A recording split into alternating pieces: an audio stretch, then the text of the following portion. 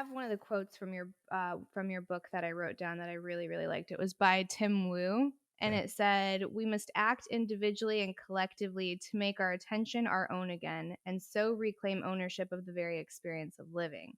And I was like, that is an absolutely epic quote, and I think that people don't understand that they have like these master psychologists that are working at these big platforms that are literally hired to keep you on.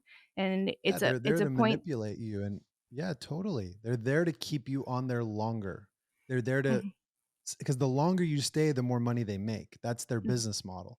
So you're losing grasp of the reality that you have through algorithms. Algorithms actually control makes us very impulsive. I find myself doing this a lot where I'm just like impulsively looking at my Instagram, like, what am I doing? I'm like building something to stop this because it's taking us away from being human. I think that's like it's taking us away from having like direct human interaction because we're no longer communicating human to human. It's now a computer that's sending us and disseminating information into our face. And I think that's a damage to society there. I mean, I quoted the social dilemma quite a bit in this book and the impact of increase of teen suicide, bullying. There's no consequences on traditional social. And I think like one of the things we want to present is Zion is actually the safest place on the web because you cannot be a bad actor in Zion.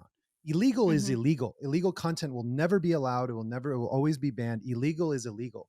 But the concept that you are a bad human and you make someone feel terrible will not happen inside of Zion because there's an accreditation process. Everything is built through a wallet. There's consequences for being a bad actor.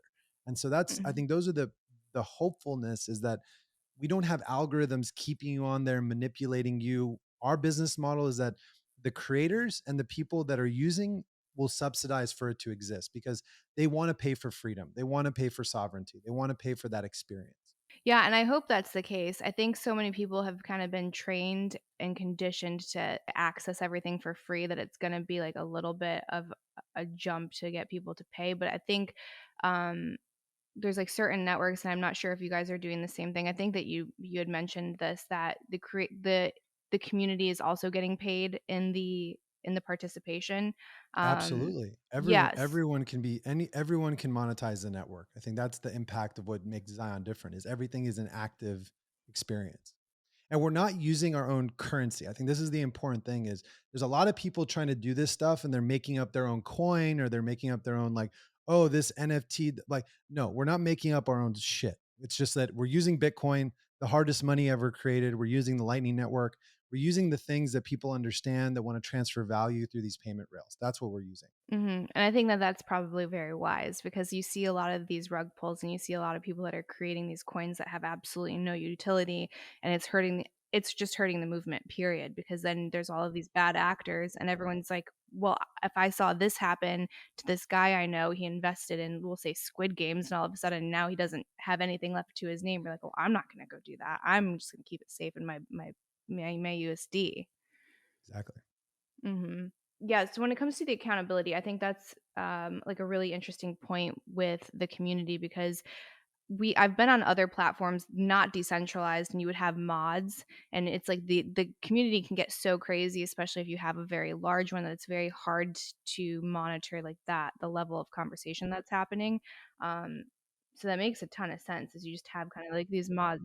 Yeah, like for us, one of the things we implement is that you have to pay to make like an admin can decide that you have to pay to make a comment. So that prevents spam. Then we have a Mhm. thing called staking. So if you make a comment and the admin deletes the comment for spam, you lose money. So we Mm. have these incentive barriers that are built in for content posting that will allow a person in a community to not just get out of control. This like staking, proof of work implemented into a social experience. I think the staking is a really cool point with the spam, and it doesn't sound like a big deal, but everyone's obviously been watching like the Amber Heard Johnny Depp trial and seeing clips everywhere. I just saw a Yep. post that was saying 10% or 11% of all of the people in that conversation aren't even people. They're all bots.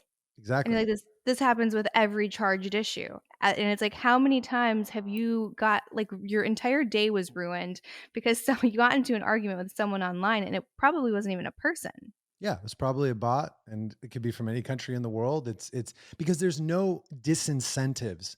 Right now in traditional social media, all you need is an email and a password, an email that's built on a centralized system. You log in and you could say anything you want to anybody. Where I think in the new world, there's a little bit of a barrier that requires you to have a wallet, you to have actual money, you should have all of these things in order to interact inside of these networks.